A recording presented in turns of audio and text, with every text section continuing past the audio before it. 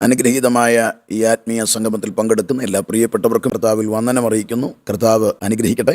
വളരെ അനുഗ്രഹീതമായ ഒരു സന്ദേശത്തിൻ്റെ ഭാഗമായിട്ടാണ് നാം ഒരുമിച്ച് ആയിരിക്കുന്നത്. നിത്യതയുടെ വെളിപ്പാടിൽ ജീവിക്കുക എന്ന നിത്യത എന്ന പദത്തെ നമ്മൾ മനസ്സിലാക്കുമ്പോൾ ഗ്രീക്കിൽ ഉപയോഗിച്ചിരിക്കുന്ന പദം അയോൺ എന്ന പദമാണ്. 4 നിലയിൽ ആ വാക്ക് ഉപയോഗിച്ചിട്ടുണ്ട്. അതിൽ നിത്യത എന്ന ഗൗരവമേറിയ പദത്തെ നമ്മൾ മനസ്സിലാക്കുമ്പോൾ അന്തമില്ലാത്ത ഒരു സമയമാണ്, സമയമില്ലായ്മയുടെ ഒരു കാലമെന്ന് നമുക്ക് മനസ്സിലാക്കാൻ കഴിയും. വേദപുസ്തകം അഥവാ മനുഷ്യജീവിതം എന്ന് പറയുമ്പോൾ നമ്മൾ മനസ്സിലാക്കേണ്ടത് 2 നിത്യതകളുടെ ഇടയിലാണ് മനുഷ്യൻ ജീവിക്കുന്നത്. അതായത് വേദപുസ്തകത്തിൻ്റെ ആരംഭ വാക്യം ആദിയിൽ എന്ന പദമാണ്. ആദിയിൽ എന്ന പദത്തെ നിർവചിച്ചാൽ അത് സമയമില്ലായ്മയുടെ ഒരു കാലമാണ്, പൂർവ്വകാല നിത്യതയാണ്. വെളിപ്പാടിന് ശേഷം ഒരു നിത്യതയുണ്ട്, ഭാവികാല നിത്യത. 2 നിത്യതയുടെ ഇടയിലാണ് മനുഷ്യജീവിതം. അതായത് ഈ ജീവിതത്തെക്കുറിച്ച് വേദപുസ്തകത്തിൻ്റെ ഭാഷയിലേക്ക് നമ്മൾ കണ്ണോടിക്കുമ്പോൾ വേദപുസ്തകം കൃത്യമായി പറയുന്നുണ്ട്. പൗലോസിൻ്റെ ഭാഷ റോമാലേഖനം 8:18 പറയുന്നു, നമ്മിൽ വെളിപ്പെടുവാനുള്ള തേജസ് വിചാരിച്ചാൽ ഈ കാലത്തിലെ കഷ്ടം സാരമില്ല, ഈ കാലം. എന്നാൽ ആഴമേറിയ മറ്റൊരു പദം എഫേസ്യ ലേഖനം 2:6-8 വരെ പറയുന്നുണ്ട്, നമ്മെ കർത്താവ് എന്തിനാണ് വിടുവിച്ചത്. ഇവിടെ പറയുന്നു, അന്ത്യകാലത്തിൽ വെളിപ്പെടാൻ ഒരുങ്ങിയിരിക്കുന്ന രക്ഷയ്ക്ക് വിശ്വാസത്താൽ ദൈവശക്തിയാൽ കാക്കപ്പെടുന്നു എന്ന് പത്രോസ് പറഞ്ഞ ആ അന്ത്യകാലത്തെ ഇവിടെ പൗലോസ് എഫെസോസ് സഭയ്ക്ക് പകർന്നു കൊടുക്കുമ്പോൾ അല്പം കൂടി ഒരു വിശാല അർത്ഥത്തിലാണ് പൗലോസ് ഇവിടെ പ്രതിപാദിക്കുന്നത്. പൗലോസ് ഇവിടെ വരും കാലങ്ങളിൽ കൃപയുടെ അത്യന്തധാനം വെളിപ്പെടുത്താൻ. അപ്പോൾ ഓരോ വ്യക്തികളും മനസ്സിലാക്കേണ്ടത് ഈ കാലമുണ്ട്, വരും കാലമുണ്ട്. അപ്പോൾ ഈ വരും കാലത്തെയാണ് നിത്യത എന്ന പദം കൊണ്ട് നിർവചിക്കുന്നത്. അപ്പോൾ ആ നിത്യമായ ദൈവിക പദ്ധതിയുടെ ആഴമായ ഇടപെടൽ. നിത്യത എന്ന് പറയുമ്പോൾ നമ്മൾ മനസ്സിലാക്കേണ്ടത് സമയമില്ലായ്മയുടെ ഒരു കാര്യമെന്ന് മാത്രമല്ല, മനുഷ്യൻ്റെ ഉള്ളിൽ നിത്യതയാക്കി വെച്ചു എന്ന് പറയുമ്പോൾ അതിൻ്റെ ആകത്തുക മനുഷ്യനെ സൃഷ്ടിക്കുമ്പോൾ ദൈവം മനുഷ്യൻ്റെ അകത്ത് ആത്മാവിനാൽ മനുഷ്യനെ ചമച്ചു. മനുഷ്യൻ ട്രൈക്കോട്ടമിക്കാണ്, ദേഹം, ദേഹി, ആത്മാവ്. മൃഗങ്ങൾക്ക് ആത്മാവില്ല, അതുകൊണ്ട് തന്നെ നിത്യത മൃഗങ്ങൾക്കില്ല. നിത്യത മനുഷ്യന് മാത്രമേ ഉള്ളൂ എന്ന് പറയുമ്പോൾ അവൻ്റെ ഉള്ളിൽ നിത്യതയാക്കി വെച്ചു എന്നതിൻ്റെ അർത്ഥം അവൻ ആത്മാവിനെ നൽകി എന്നതാണ്. അതുകൊണ്ട് തന്നെ മനുഷ്യൻ ട്രൈക്കോട്ടമിക്കാണ്, ദേഹം, ദേഹി, ആത്മാവ്. മനുഷ്യൻ നിലത്തെ പൊടി കൊണ്ട് ചമയ്ക്കപ്പെടുന്നു, മണ്ണാണ് അവൻ്റെ പുറംകൂടെങ്കിൽ അടുത്തത് അവൻ്റെ അകത്തേക്ക് ദൈവം ജീവശ്വാസം ഊതിയപ്പോൾ അകത്ത് ചമയ്ക്കപ്പെട്ട സ്പിരിച്വൽ ബോഡിയാണ് ആത്മാവ്. ആ ആത്മാവ് നിത്യനാണ്, മരണമില്ലാത്തതാണ്. പുറംകൂട് മണ്ണിൽ നിന്നാണ്. ഈ മണ്ണിൽ അലിഞ്ഞു ചേരുമ്പോൾ അഴുകിച്ചേരുമ്പോൾ പൊഴുത്തവസാനിക്കുമ്പോൾ നമ്മുടെ അകത്ത് ആത്മാവുണ്ട്. ആത്മാവ് നിത്യമാണ്. അപ്പോൾ ആത്മാവ് നിത്യമായതുകൊണ്ടാണ് മനുഷ്യൻ്റെ ഉള്ളിൽ നിത്യതയാക്കി വെച്ചു എന്ന് പറയുന്നതിൻ്റെ യാഥാർത്ഥ്യം. അപ്പോൾ ഞാൻ ഇന്ന് എൻ്റെ പ്രിയപ്പെട്ടവരോട് പറയാൻ പോകുന്നത് നിത്യമായ 3 അദൃശ്യ കാര്യങ്ങൾ. നമുക്കൊരുമിച്ച് അതിനാധാരമായി 2 കൊരിന്ത്യർ ലേഖനം 4:18 വാക്യം. കാണുന്നതിനെയല്ല കാണാത്തതിനെ അത്രേ ഞങ്ങൾ നോക്കിക്കൊണ്ടിരിക്കുന്നു. കാണുന്നതോ താൽക്കാലികം, കാണാത്തതോ നിത്യം. ഇവിടെ കാണാത്തതാണ് നിത്യം. അതാണ് ഞാൻ മുൻപ് ആവർത്തിച്ചത്. ഇന്നത്തെ മനുഷ്യജീവിതമെന്ന് പറഞ്ഞാൽ കാണുന്നതാണ്. അതാണ് പൗലോസ് കൊരിന്ത്യർ ലേഖനത്തിൽ പറയുന്നുണ്ട്, ഈ ആയുസ്സിൽ മാത്രം പ്രത്യാശ വെച്ചിരിക്കുന്നെങ്കിൽ സകല മനുഷ്യരും അരിഷ്ടന്മാരത്രേ. ഇന്നൊരു കൂട്ടം ജനമുണ്ട്, ഈ കാണുന്ന ലോകത്തിൽ മാത്രം പ്രത്യാശ വെക്കുന്നു, ഈ ലോകത്തിന് വേണ്ടി മാത്രം ജീവിക്കുന്നു. എന്നാൽ പൗലോസ് പറയുകയാണ്, കാണാത്തതാണ് നിത്യം. അപ്പോൾ ഒരു ദൈവപൈതൽ മനസ്സിലാക്കേണ്ട ഗൗരവമുള്ള യാഥാർത്ഥ്യം, ഈ മനുഷ്യജീവിതം കൊണ്ട്, ഈ കാലം കൊണ്ട് അവസാനിക്കുന്നതല്ല മനുഷ്യനോടുള്ള ദൈവിക ഇടപെടലുകൾ. അവിടെയാണ് നമ്മൾ അറിയേണ്ടത്. കാണാത്ത 3 നിത്യമായ കാര്യങ്ങൾ ഈ പാസേജിലുണ്ട്. ഞാൻ 2 കൊരിന്ത്യർ ലേഖനം 5:1-10 വരെയുള്ള വാക്യത്തിൽ നിന്ന് 3 നിത്യതയുടെ 3 ഭാഗം ഞാൻ പറയാൻ ആഗ്രഹിക്കുകയാണ്. നിത്യതയിൽ നമ്മൾ എന്താണ് അനുഭവിക്കാൻ പോകുന്നത്, അതറിഞ്ഞിട്ട് വേണം നമ്മുടെ ജീവിതത്തെ ഇവിടെ നമ്മൾ ആ നിത്യതയുടെ വെളിപ്പാടിൽ ജീവിക്കുക എന്ന് പറഞ്ഞാൽ നമ്മൾ അങ്ങനെ ഒന്ന് ജീവിക്കാൻ പോവുകയാണ്. എന്താണ് നിത്യമായ ഒന്നാമത്തെ നമ്മുടെ അദൃശ്യകാര്യം, നിത്യതയിൽ ലഭിക്കാൻ പോകുന്ന ഏറ്റവും പ്രധാനപ്പെട്ട കാര്യം? അതാണ് 2 കൊരിന്ത്യർ 5:1. കൂടാരമായ ഞങ്ങളുടെ ഭൗമ ഭവനം അഴിഞ്ഞുപോയാൽ കൈപ്പണിയല്ലാത്ത നിത്യഭവനമായി ദൈവത്തിൻ്റെ ദാനമായൊരു കെട്ടിടം ഞങ്ങൾക്ക് സ്വർഗത്തിലുണ്ടെന്ന് അറിയുന്നു. അപ്പോൾ ഒന്നാമത് അറിവ്, നിത്യതയിൽ നിത്യമായൊരു ഭവനമുണ്ട്. ഇവിടെ പറയുന്നു, കൂടാരമായി ഞങ്ങളുടെ ഭൗമഭവനം അഴിഞ്ഞാൽ, അത് മരണത്തെ കുറിക്കുന്ന പദമാണ്. ഈ ശരീരം നിത്യമായ ഭവനത്തിലേക്ക് പോകുമെന്നൊരു ഉറപ്പ് ഇവിടെ പൗലോസ് പറയുന്നു. എൻ്റെ ഈ പുറംകൂട് അഴിഞ്ഞു പോയാൽ ഒരു ഭവനം എനിക്കുണ്ട്.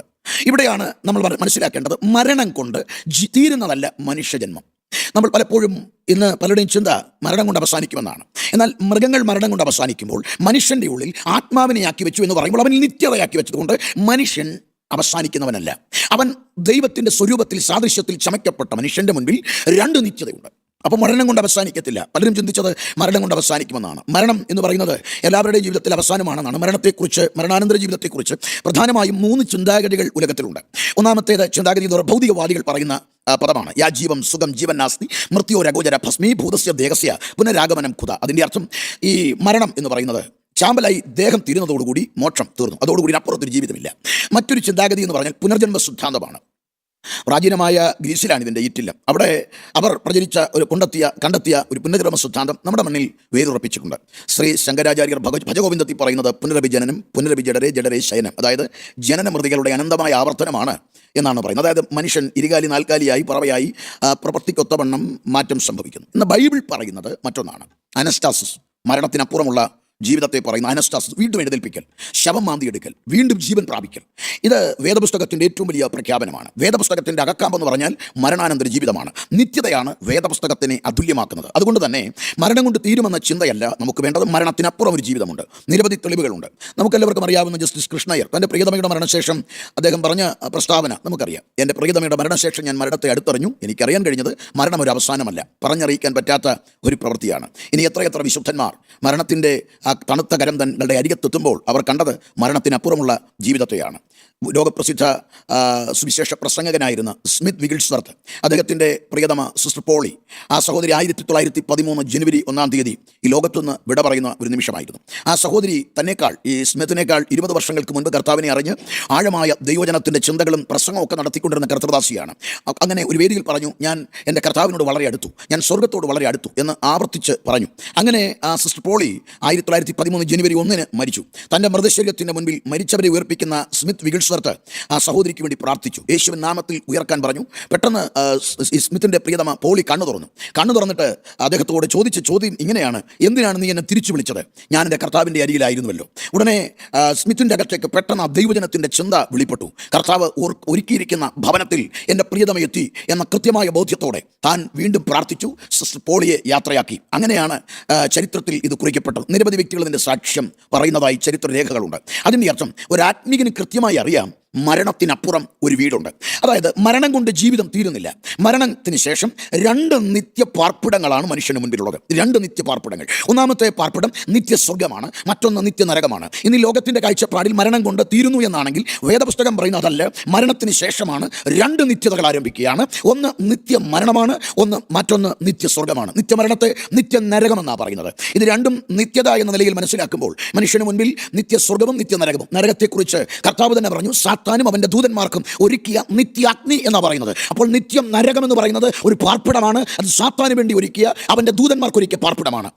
അവിടേക്ക് പോകാൻ മനുഷ്യനെക്കുറിച്ച് ദൈവം ആഗ്രഹിക്കുന്നില്ല.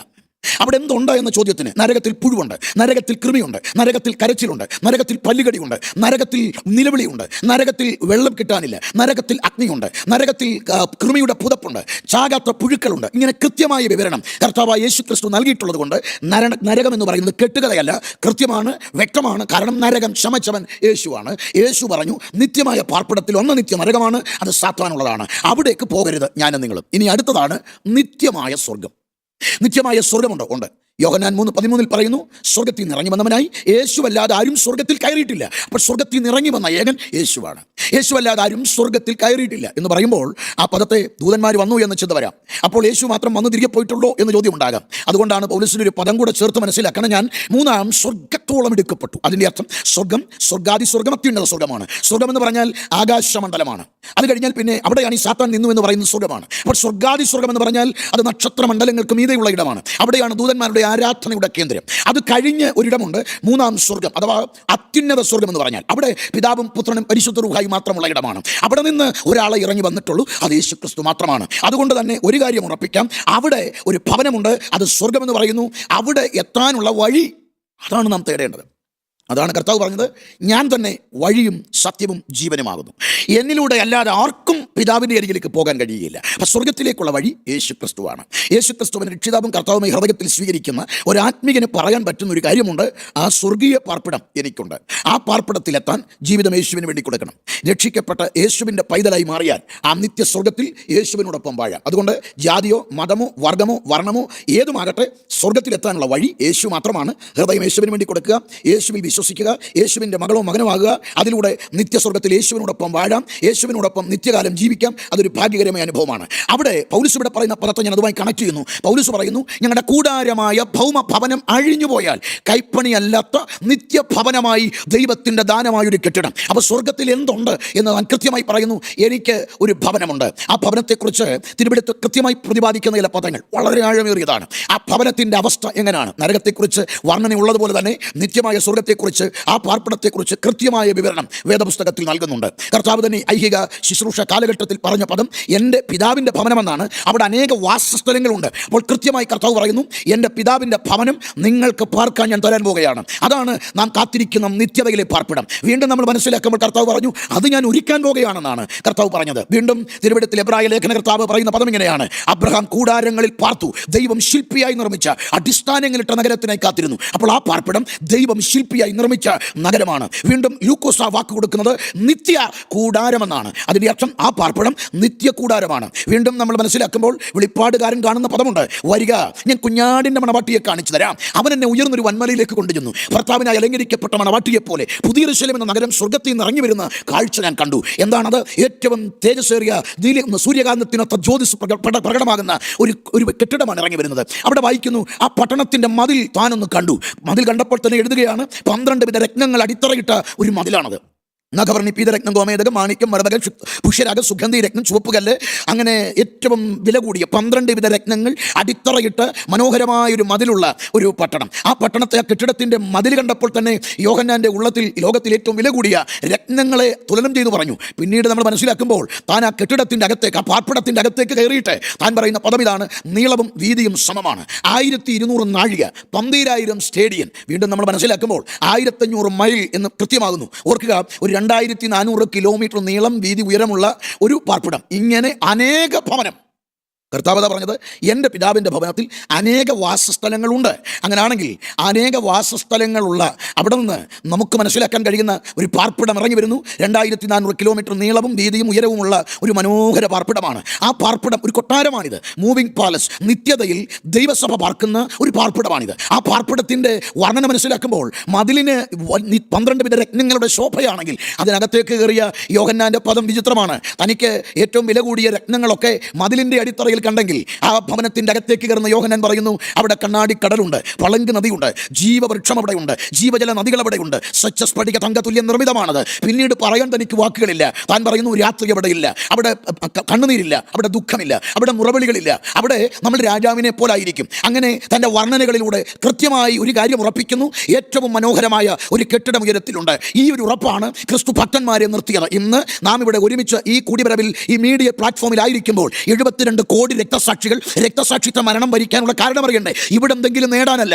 ഇവിടെ എന്തെങ്കിലും വെട്ടിപ്പിടിക്കാനല്ല, ഇവിടെ സുഖലോലപതരം നേടിയെടുക്കാനല്ല. പകരം നിത്യതയുടെ ഘനമേറിയ വെളിപ്പാട് അവരുടെ അകത്തേക്ക് കയറി എന്ന് പറയുമ്പോൾ എന്താണ്? ആ പാർപ്പിടത്തെക്കുറിച്ച് കൃത്യമായ വെളിപ്പാട് അവരുടെ അകത്ത് പ്രവേശിച്ചപ്പോൾ അവർ ഈ ലോകത്തെ ഏറ്റവും ചെറുതായി കണ്ടു. കരുത്തനായ മനുഷ്യൻ, ഇസ്രായേലിൻ്റെ ഗാനഗന്ധർവനും ഇസ്രായേലിൻ്റെ ചരിത്രത്തിലെ കരുത്തുറ്റ രാജാവ്, കൊട്ടാരത്തിൻ്റെ സുഖ സൗകര്യങ്ങളിൽ അത്യാഡംബരത്തിൽ അർമാദിച്ച് പുളയ്ക്കുമ്പോൾ ആ നിത്യതയുടെ ആ ഭവനത്തെക്കുറിച്ചുള്ള ദർശനം അകക്കണ്ണിൽ പ്രാപിച്ച ദാവീദിന്റെ പദം ഇതാണ്: പ്രാവിനെ പോലെ ചിറകുണ്ടായിരുന്നെങ്കിൽ ഞാൻ പറന്നുപോയി വിശ്രമിക്കുമായിരുന്നു. ഓർക്കണം, കൊട്ടാരവും കൊട്ടാരത്തിൻ്റെ സുഖവും സൗകര്യങ്ങൾക്കും അപ്പുറത്ത് ആ കെട്ടിടത്തിൻ്റെ വെളിപ്പാട് കയറിയ ഭക്തന്റെ പദമാണ്: എനിക്ക് പറന്നുപോയി വിശ്രമിക്കുന്നതാണ് ഇഷ്ടം. വീണ്ടും ഓരഹിൻ്റെ മക്കളുടെ അകത്തേക്ക് ഈ കൂടാരത്തെക്കുറിച്ച് വെളിപ്പാട് കയറിയപ്പോൾ അവർ പറയുന്ന പദം ഇതാണ്: മാൻ നീർത്തോടിലേക്ക് ചെല്ലുവാൻ കാക്ഷിക്കുന്നത് പോലെ ദൈവമേ, എൻ്റെ ആത്മാവ് നിന്നോട് ചേരുവാൻ കാക്ഷിക്കുകയാണ്. അതുകൊണ്ട് ഈ ഭവനത്തെക്കുറിച്ച് ആഴമായ വെളിപ്പാട് കയറിയ ഒരു ആത്മീകൻ മരണത്തെ നോക്കി ഭയത്തോടെയല്ല നിൽക്കുന്നത്, അവൻ പുഞ്ചിരിച്ചതിനെ നേരിടാൻ തയ്യാറാകും. അതുകൊണ്ടാണ് പൗലോസ് ഫിലിപ്പിയ ലേഖനം 1:23 പറയുന്നുണ്ട്: വിട്ടുപിരിഞ്ഞ് ക്രിസ്തുവിനോട് കൂടെ വസിപ്പാൻ ഞാൻ അധികം ഇഷ്ടപ്പെടുകയാണ്. ആകയാൽ എൻ്റെ പ്രിയപ്പെട്ടവരെ, ഈ സന്ദേശത്തിൻ്റെ മുൻപിൽ പ്രാർത്ഥന പരിസരം പങ്കെടുക്കുന്നവരോട് പരിശുദ്ധാത്മാവിൽ ഒരു ആലോചന അറിയിക്കുക. ഈ മണ്ണിൽ നിൻ്റെ അവസാന ശ്വാസം നിലയ്ക്കും മുൻപ് കൃത്യമായി ഉറപ്പിക്കണം: 2 നിത്യതകൾ മുൻപിലുണ്ടെങ്കിൽ, നിത്യമായ സ്വർഗത്തിൽ പാർക്കാൻ ആഗ്രഹിക്കുന്നെങ്കിൽ ഒരു ഉറപ്പ് ഇന്ന് പ്രാപിക്കണം. ഹൃദയം യേശുവിന് വേണ്ടി കൊടുക്കണം. ഈ പുറംകൂടിന് ഇനി ഒരു മാറ്റം നടന്നില്ലെങ്കിലും അകത്തെ മനുഷ്യൻ നിത്യതയിൽ കർത്താവിനോട് കൂടെ ചെലവഴിക്കട്ടെ. അതിന് ഒരാഴമായ തീരുമാനവും ഒരു വലിയ കാഴ്ചപ്പാടും അകത്തളത്തിലേക്ക് ഉണ്ടാകട്ടെ എന്ന് ഞാൻ പ്രാർത്ഥിക്കുകയാണ്. അപ്പോൾ ഒന്ന്, നിത്യമായൊരു ഭവനമുണ്ട്. ആ ഭവനം ഒരാത്മീയന് ലഭിക്കുമെന്നതാണ് അവൻ കാത്തിരിക്കുന്ന നിത്യതയിലെ ഒന്നാമത്തെ അവസ്ഥ. 2, നിത്യതയിലെ രണ്ടാമത്തെ അവസ്ഥ. ഞാൻ വേഗത്തിൽ 2ാം ഭാഗത്തേക്ക് വരികയാണ്. 2 കൊരിന്ത്യർ ലേഖനം 5:8 വാക്യം പൗലോസ് പറയുന്നു: ഇങ്ങനെ ഞങ്ങൾ ധൈര്യപ്പെട്ട് ശരീരം വിട്ട് കർത്താവിനോടുകൂടെ വസിപ്പാൻ അധികം ഇഷ്ടപ്പെടുന്നു. 2, നിത്യതയിൽ കർത്താവുമായുള്ള നിത്യവാസമാണ്. നിത്യവാസം എന്ന് പറയുമ്പോൾ കർത്താവിൻ്റെ സാന്നിധ്യം അറിഞ്ഞുകൊണ്ടുള്ള ഒരു നിത്യവാസം. അപ്പോൾ യേശുവിനോട് കൂടെയുള്ള ഒരു അനുഭവം.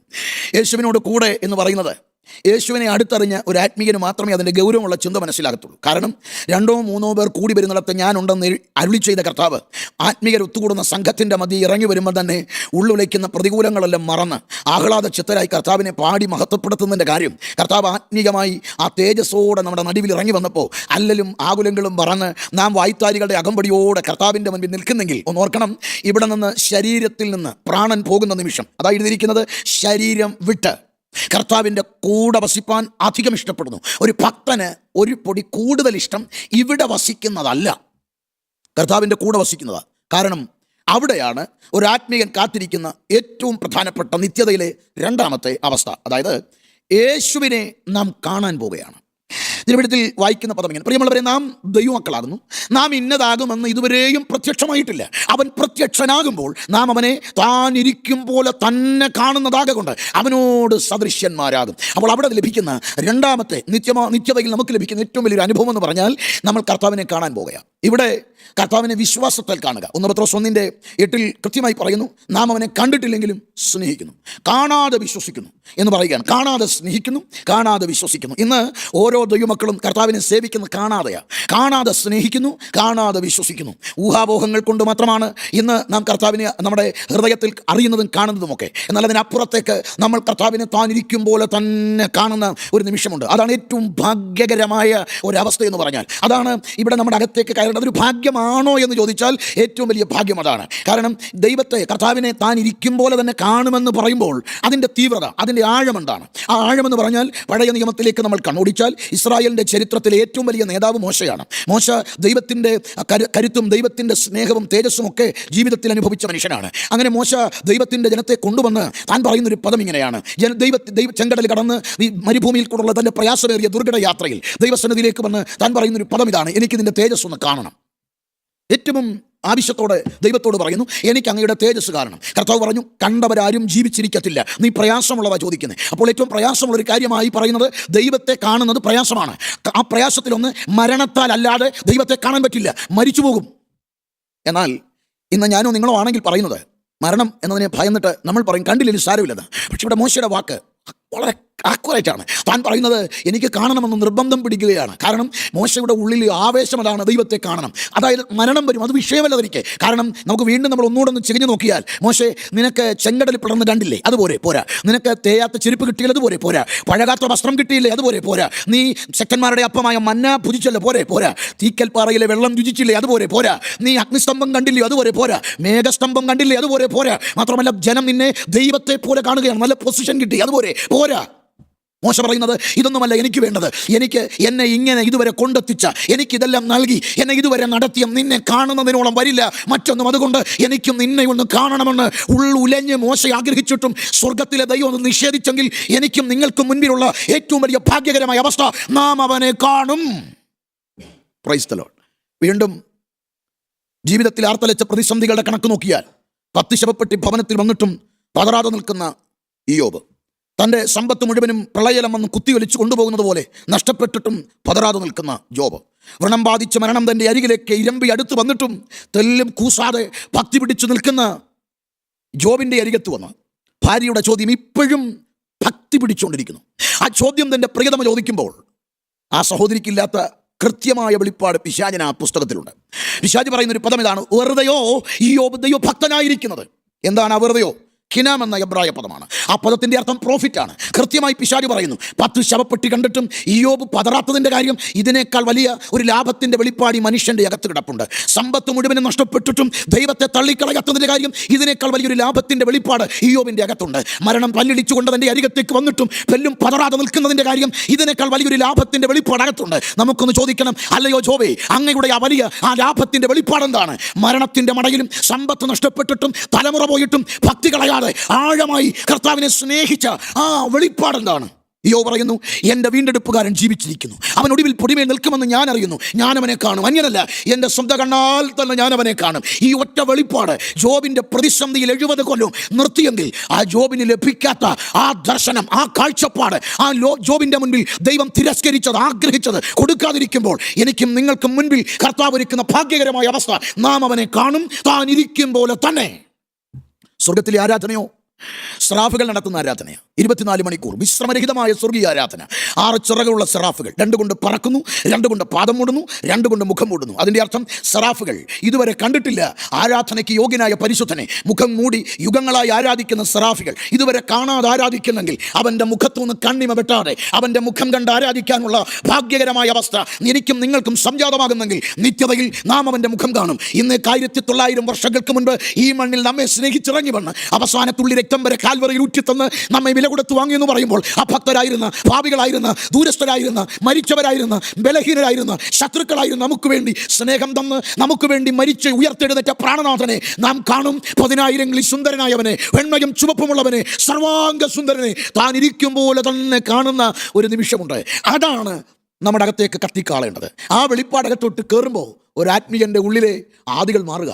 ഇവിടെ ആ വെളിപ്പാട് കയറിയ പൗലോസ് പറയുന്നത് കണ്ടോ, ഇങ്ങനെ ഞങ്ങൾ ധൈര്യപ്പെട്ടിരിക്കുക. എന്തിനാണെന്നറിയാമോ? എനിക്ക് ക്രിസ്തുവിനോട് കൂടെ ശരീരം വിട്ട് വസിക്കണം. സഭയുടെ പീഡാകാലഘട്ടം, നീറോയുടെ ഭരണകാലഘട്ടത്തിൽ അരങ്ങേറുമ്പോൾ ഒരു പെൺകുട്ടി 18കാരി മേഴ്സിയ, അവളുടെ പിതാവ് ഈഡിസ്, കൊടിയ പീഡ അരങ്ങേറുന്ന കാലമാണ്. അങ്ങനെ ചക്രവർത്തിയുടെ കിങ്കരന്മാർ പിടിച്ചു 7 നാൾ പട്ടിണി കിടക്കുന്ന കരടിയുടെ കൂടിൻ്റെ മുൻപിൽ കൊണ്ട് മേഴ്സിയായും തൻ്റെ പിതാവ് ഈഡിസിനെ നിർത്തി. 18കാരിയാണ്. നല്ല കാണാൻ സൗന്ദര്യമുള്ള പെൺകുട്ടിയെ കണ്ടപ്പോൾ നീറോയുടെ പടനായകന് ഇഷ്ടം തോന്നി. ആ പെൺകുട്ടിയോട് നീറോയുടെ പടനായകൻ പറഞ്ഞു, എൻ്റെ ഭാര്യാപദം ഞാൻ നിനക്ക് തരാം, നീ യേശുവിനെ തള്ളിയിട്ട് എൻ്റെ ഭാര്യയാകെ. കണ്ണു നിന്ന് സേവകന്മാരൊക്കെ പറഞ്ഞ് അവൾ രക്ഷപ്പെട്ടു, അവൾക്കിനി സുഖമായി ജീവിക്കാം. പക്ഷേ ഈ മേഴ്സിയ അദ്ദേഹത്തോട് പറഞ്ഞത്, ക്ഷമിക്കണം, എനിക്ക് അങ്ങയുടെ ഭാര്യാപദത്തെക്കാൾ ഇഷ്ടം യേശുവിൻ്റെ മണവാട്ടിയായി അവനോട് കൂടെ വസിക്കുന്നതാണ്. എന്നിട്ട് ആ കൂട് തുറന്ന് ആ മേഴ്സിയ അകത്തേക്ക് കയറുമ്പോൾ 7 ദിനം പട്ടിണി കിടന്ന ആ കരടി നിമിഷത്തിനുള്ളിൽ ആ ചെറുപ്പക്കാരിയെ കടിച്ച് പ്രാണൻ നഷ്ടപ്പെടുത്തുന്ന രീതിയിൽ മൃതപ്രായയാക്കി. അത് കണ്ട് ആ ചേവകന്മാരിൽ ആ സേനാനായകൻ കാരാഗ്രഹ കവാടത്തിൻ്റെ മുൻപിൽ മുട്ടുകുത്തിയിട്ട് പറഞ്ഞു, മേഴ്സിയായുടെ യേശുവിനെ എനിക്കും വേണമെന്ന്. ഇതാണ് ആ നിത്യതയുടെ വെളിപ്പാടിൻ്റെ പ്രത്യേകത. പരിശുദ്ധാത്മാവ് ഓർമ്മിപ്പിക്കുന്നത് യേശുവിനോട് കൂടെയുള്ള ഒരു വാസം നമുക്ക് മുൻപിലുണ്ട്. ഈ ലോകം വേഗം അവസാനിക്കും കേട്ടോ. ഈ ലോകത്തിൻ്റെ യാത്ര അവസാനിക്കാറായി. ഈ ലോക ജീവിതം അസ്തമിക്കാറായി. ഒന്നുകിൽ മരണം, ഇല്ലെങ്കിൽ കർത്താവിൻ്റെ വരവ് നമുക്ക് മുൻപിലുണ്ടാകും. എന്തു വന്നാലും ഒരു ക്രിസ്തുഭക്തന് പറയാൻ പറ്റും, എനിക്കത് ലാഭമാണ്. കാരണം മരിച്ചാൽ യേശുവിൻ്റെ കൂടെയാണ്. ഇനി കാഹളം മുഴങ്ങിയാലോ ഞാൻ യേശുവിൻ്റെ കൂടെയാണ്. അതുകൊണ്ട് യേശുവിനോട് കൂടെ വസിക്കുന്നതാണ് ഒരാത്മീയൻ്റെ രണ്ടാമത്തെ നിത്യമായ അനുഭവം.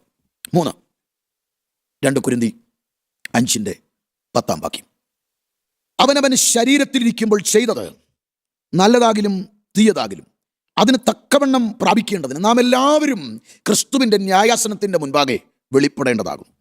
റോമാലേഖനം 14:10-12 ഇങ്ങനെയാണ്, നാം എല്ലാവരും ദൈവത്തിൻ്റെ ന്യായാസനത്തിൻ്റെ മുൻപാകെ നിൽക്കേണ്ടി വരും. ആകയാൽ നമ്മിൽ ഓരോരുത്തൻ ദൈവത്തോട് കണക്ക് ബോധിപ്പിക്കേണ്ടി വരും. നിത്യതയിൽ ഒരാത്മീയന് ലഭിക്കുന്ന 3ാമത്തെ അദൃശ്യകാര്യം, നിത്യതയിൽ പ്രതിഫലമുണ്ട്. നിത്യതയിൽ പ്രതിഫലമുണ്ട്. എങ്ങനെയാണ് ആ പ്രതിഫലം?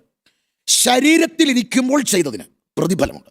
ശരീരത്തിലിരിക്കുമ്പോൾ എന്ന പദത്തിൻ്റെ അർത്ഥം രക്ഷിക്കപ്പെട്ട നാൾ മുതൽ മരണം വരെയോ കർത്താവ് വരുന്നവരെയോ. അപ്പോൾ രക്ഷിക്കപ്പെട്ടതെന്നാണോ അന്ന് മുതൽ കർത്താവിൻ്റെ വരവ് വരെയോ കാഹളം മുഴങ്ങുന്നത് വരെയോ അല്ലെങ്കിൽ മരണം വരെയോ, ഈ 2 നിലയിലാണ്. അതുവരെ ശരീരത്തിൽ ഇരുന്ന വ്യക്തി ചെയ്തത് നല്ലതും തീയതും.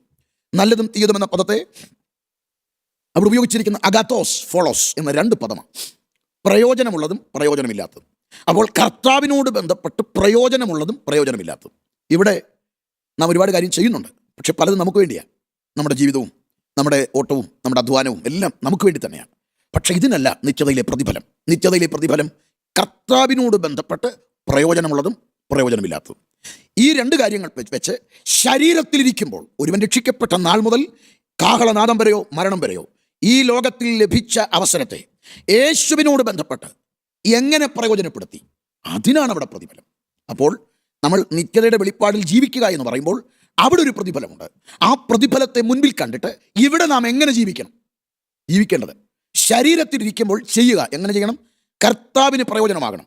കർത്താവിന് പ്രയോജനമായ രീതിയിൽ, അതായത് പ്രയോജനം അപ്രയോജനം, പ്രയോജനമുള്ള ദാസൻ അപ്രയോജനദാസനുണ്ട്. അപ്പോൾ അതിൽ നാം പ്രയോജനമുള്ളവരായാൽ അവിടെ എന്തായിരിക്കും നടക്കുന്നത്?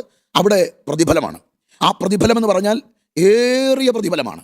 ആ പ്രതിഫലത്തെക്കുറിച്ചാണ് മലാക്കി പറയുന്നൊരു പദമുണ്ട്, 3:17-18. ഞാൻ ഉണ്ടാക്കുവാനുള്ള ദിവസത്തിൽ അവരെനിക്കൊരു നിക്ഷേപമായിരിക്കും. എന്നിട്ട് പറയുന്നു, ഒരു മനുഷ്യൻ തനിക്ക് ശുശ്രൂഷ ചെയ്യുന്ന മകനെ ആദരിക്കുന്നത് പോലെ ഞാൻ അവരെ ആദരിക്കും. അടുത്തതാണ്, ദുഷ്ടനും നീതിമാനും യഹോവയെ സേവിക്കുന്നവനും സേവിക്കാത്തവനും തമ്മിലുള്ള വ്യത്യാസം നിങ്ങൾ വീണ്ടും കാണും. അതുകൊണ്ട് തന്നെ ഇവിടെ നമ്മൾ ചെയ്യുന്നതിനെല്ലാം മറുകരയിൽ ഒരു പ്രതിഫലമുണ്ട്.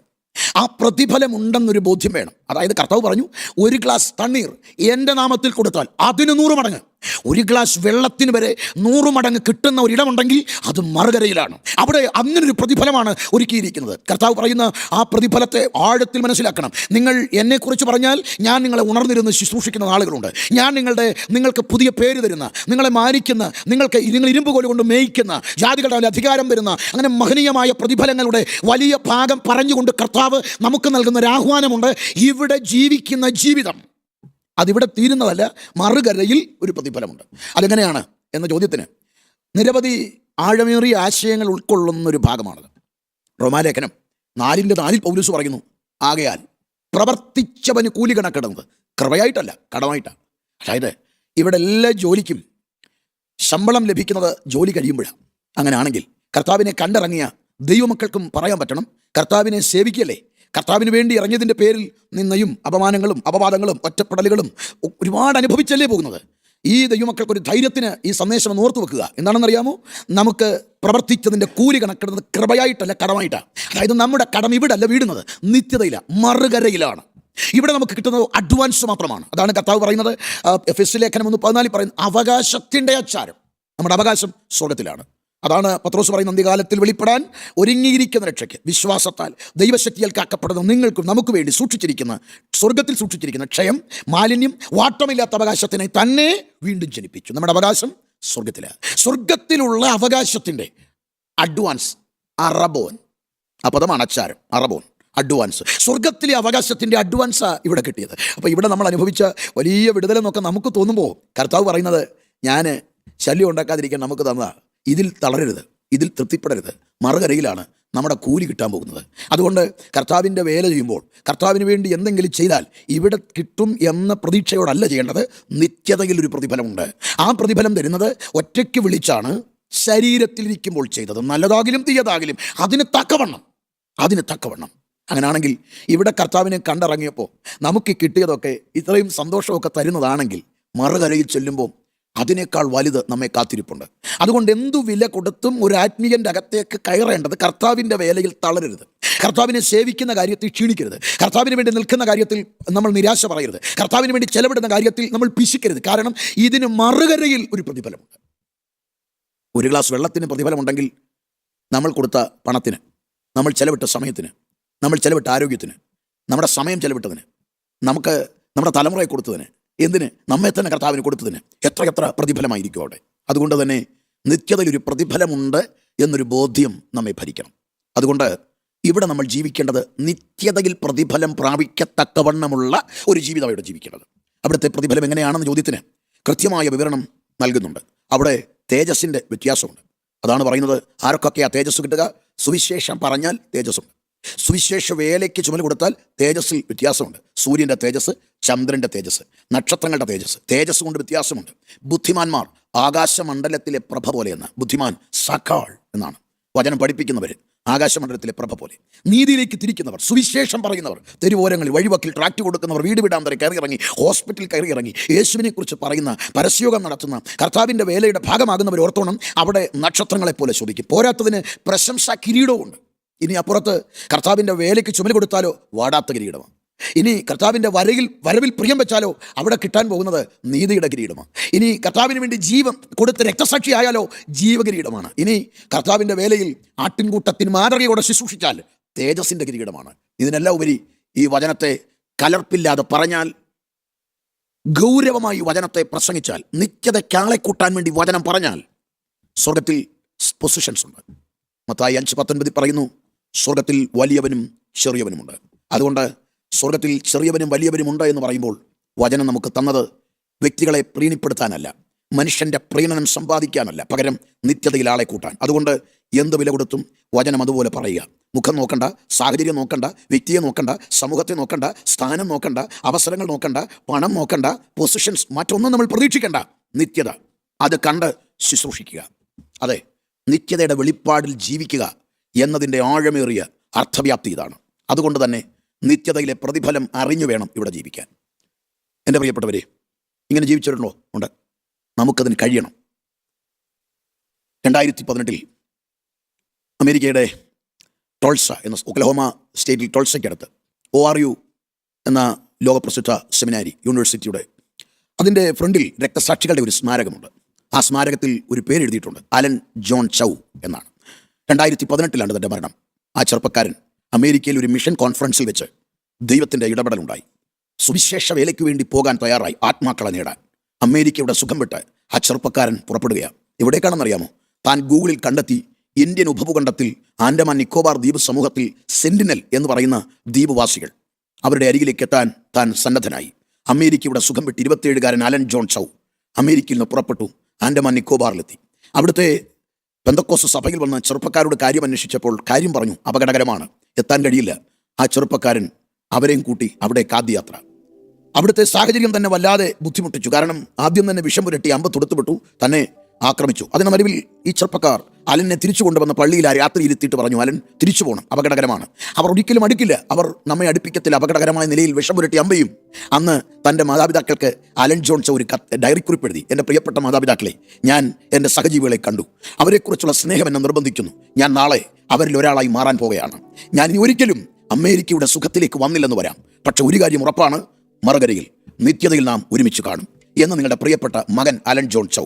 ശേഷം വീണ്ടും അലൻ ജോൺ ചൗ ആ തീരത്തേക്ക് പോയി, കൊണ്ടുപോയി അവർക്ക് ഏറ്റവും ഇഷ്ടപ്പെട്ടത് നാളികേരങ്ങളാണ്. 2 ചാക്ക് നിറയെ നാളികേരവുമായി അവിടെ എത്തിയ അലൻ ജോൺ ചൗ വസ്ത്രം മുഴുവൻ അടിച്ചു മാറ്റി പൂർണ്ണ നഗ്നനായിട്ട് ആ നാളികേരവുമായി സെന്റിനൽ ദ്വീപിലേക്ക് നടന്നു നീങ്ങുമ്പോൾ സംഭവിച്ചറിയണ്ടേ, മരത്തിന് മറന്നിരുന്ന കൗമാരക്കാരൻ വിഷം പുരട്ടി അമ്പ് തൊടുത്തു, അലൻ്റെ മാറ് തുളച്ചു. തുടർമാനമായി അസ്ത്രങ്ങളേറ്റ് ആ നാളികേരവുമായി ആ തീരത്തേക്ക് വീണു. ആ കൊണ്ടുവന്ന ചെറുപ്പക്കാർക്ക് നേരെയും ക്രൂരന്മാർ അസ്ത്രങ്ങൾ ചെയ്തു. അവർ രക്ഷപ്പെട്ടു പോകുമ്പോൾ ദൂരക്കാഴ്ചയിൽ അവർ കണ്ടു, അവിടെ തന്നെ മണ്ണു കുഴിച്ചു മൂടി അലനെ അവിടെ അടക്കി. ലോകം മുഴുവൻ പറഞ്ഞത് മത തീവ്രവാദി എന്നാണ്. ലോകം മുഴുവൻ അലനെ കുറ്റപ്പെടുത്തുമ്പോൾ എനിക്ക് ചോദിക്കാനുള്ളത്, 27 വയസ്സ് മാത്രമുള്ള അലനെ അമേരിക്കയുടെ സുഖം വിട്ട് ഈ ഇന്ത്യയിലേക്ക് നിന്നെ വന്ന് ഈ മരണം പോലും വരിക്കാൻ നിന്നെ പ്രേരിപ്പിച്ച ഘടകമുണ്ട്, നിത്യത മാത്രം. അതുകൊണ്ട് നമുക്ക് ഒരു ദർശനം വേണം, മറുകരയിലാണ് ഇതിന് പ്രതിഫലം. അതുകൊണ്ട് എൻ്റെ പ്രിയപ്പെട്ടവരെ, ഇവിടെ കൊണ്ട് തീരുന്നൊരു ജീവിതമല്ല, മുൻപിൽ ഒരു വലിയ നിശ്ചയതയുണ്ട്. എല്ലാ കണ്ണുകളും അടയട്ടെ. ഞാൻ നിങ്ങൾക്ക് വേണ്ടി ഒരു വാക്ക് പ്രാർത്ഥിക്കാം. എന്നോടൊപ്പം ഒന്ന് പ്രാർത്ഥിക്കാം. ഈ മാസം മുഴുവൻ ആരംഭിക്കുന്ന ഈ ഗൗരവമേറിയ സന്ദേശ പരമ്പര, പഠന പരമ്പര, ഒരു കൂട്ടം ആത്മാക്കളെ ആദായപ്പെടുത്തുക മാത്രമല്ല, മരണഭയം മാറട്ടെ. ഈ സന്ദേശം ഞാൻ പറയുമ്പോൾ തന്നെ ചില മരണാസന്ന രോഗികൾ ആ മരണഭയം മാറുകയാണ്. ചില കിടക്കയിലിരുന്ന് ശ്രദ്ധിക്കുന്നവരുണ്ട്. പരിശുദ്ധാത്മാവ് പറയുന്ന നിത്യതയുടെ വെളിപ്പാട് അകത്ത് കയറുമ്പോൾ മരണത്തിൻ്റെ തണുത്ത കരത്തിൻ്റെ ഭീകരത പൊളിയട്ടെ, നിരാശകൾ മാറട്ടെ, ആധികൾ മാറട്ടെ, കരുത്തരാകട്ടെ, നിത്യത കണ്ട് ജീവിക്കുന്നവരാകട്ടെ. കർത്താവേ, ജനത്തെ അനുഗ്രഹിക്കുകയാണ്. ഒരു വലിയ തീവ്രമായ നിത്യതയുടെ ദർശനത്തിലേക്ക് എത്തട്ടെ. ഭൗതികതയുടെ ആ പിടിവള്ളികൾ പൊട്ടട്ടെ. നിത്യതയുടെ വെളിച്ചത്തിൽ ജീവിക്കുന്നവരാകട്ടെ, നിത്യതയുടെ വെളിച്ചത്തിൽ ശുശ്രൂഷിക്കുന്നവരാകട്ടെ, നിത്യതയുടെ വെളിച്ചത്തിൽ കർത്താവിനെ ആരാധിക്കുന്നവരാകട്ടെ. പ്രാർത്ഥിച്ച് അനുഗ്രഹിക്കുന്നു യേശുവിൻ നാമത്തിൽ തന്നെ. God bless you.